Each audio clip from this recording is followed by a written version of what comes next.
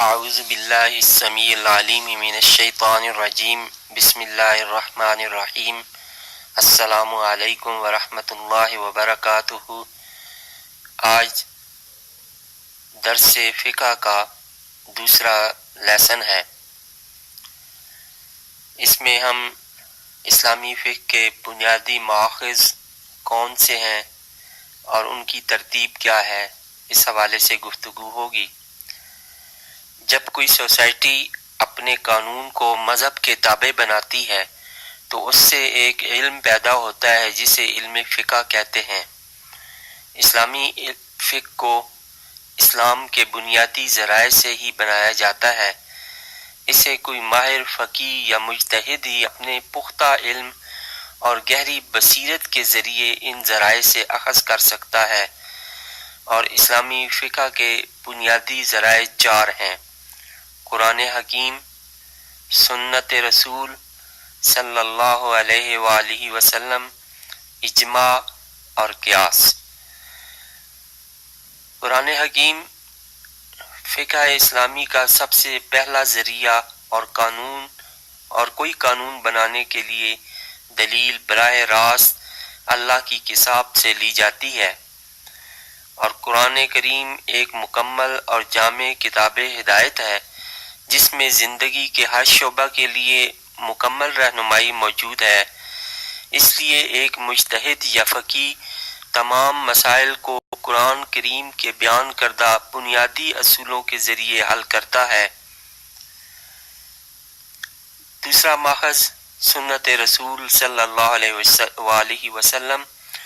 قرآن کریم میں اگر کسی مسئلے کا حل نہ ڈھونڈا جا سکے تو اس کے بعد فقہ اسلامی کا دوسرا بنیادی ذریعہ سنت رسول ہے، اور سنت کا مطلب ہوتا ہے کہ نبی کریم صلی اللہ علیہ وآلہ وسلم کے اقوال جو آپ صلی اللہ علیہ وسلم نے فرمائے، افعال جو آپ صلی اللہ علیہ وسلم نے کیے، تقریر ہر اس کام پر اس کا اطلاق ہوتا ہے جو آپ صلی اللہ علیہ وسلم کے سامنے کیا گیا ہو اور آپ صلی اللہ علیہ وسلم نے اسے منع نہ فرمایا ہو۔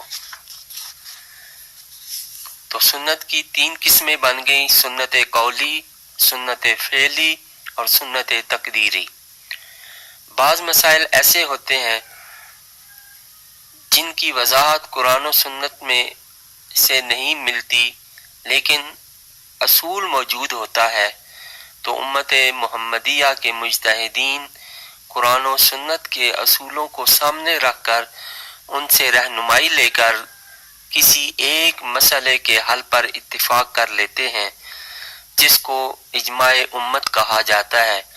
قرآن و سنت کے اصولوں سے چونکہ ثابت شدہ مسئلہ ہوتا ہے، اس لیے اس پر عمل کرنا ضروری ہوتا ہے۔ جب نبی کریم صلی اللہ علیہ وسلم اس دنیا سے تشریف لے گئے تو امت کو اپنے مسائل کے حل کے لیے اجماع کی ضرورت پڑی۔ چوتھی چیز قیاس ہے، جو اسلامی فقہ مرتب کرنے کا ذریعہ ہے۔ جب کسی شرعی حکم کے بارے میں واضح نص موجود نہیں ہوتی اور نہ ہی اس مسئلہ میں کوئی قول صحابی ہو تو اس کا حکم کسی ایسے مسئلے کو سامنے رکھ کر نکالا جاتا ہے جو اس سے ملتا جلتا ہو اور اس کا حل قرآن اور سنت سے اخذ کیا گیا ہو۔ شریعت اور فقہا کی اصطلاح میں قیاس سے مراد یہ ہے کہ اصل حکم میں پائے جانے والی علت کو دوسرے نئے حکم پر منطبق کرنا قیاس کہلاتا ہے۔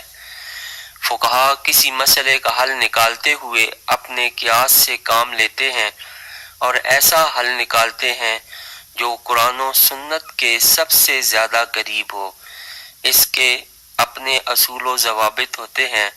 ان چاروں ذرائع سے مسائل نکالنا فقہا کا کام ہے، عام انسان نہیں نکال سکتا۔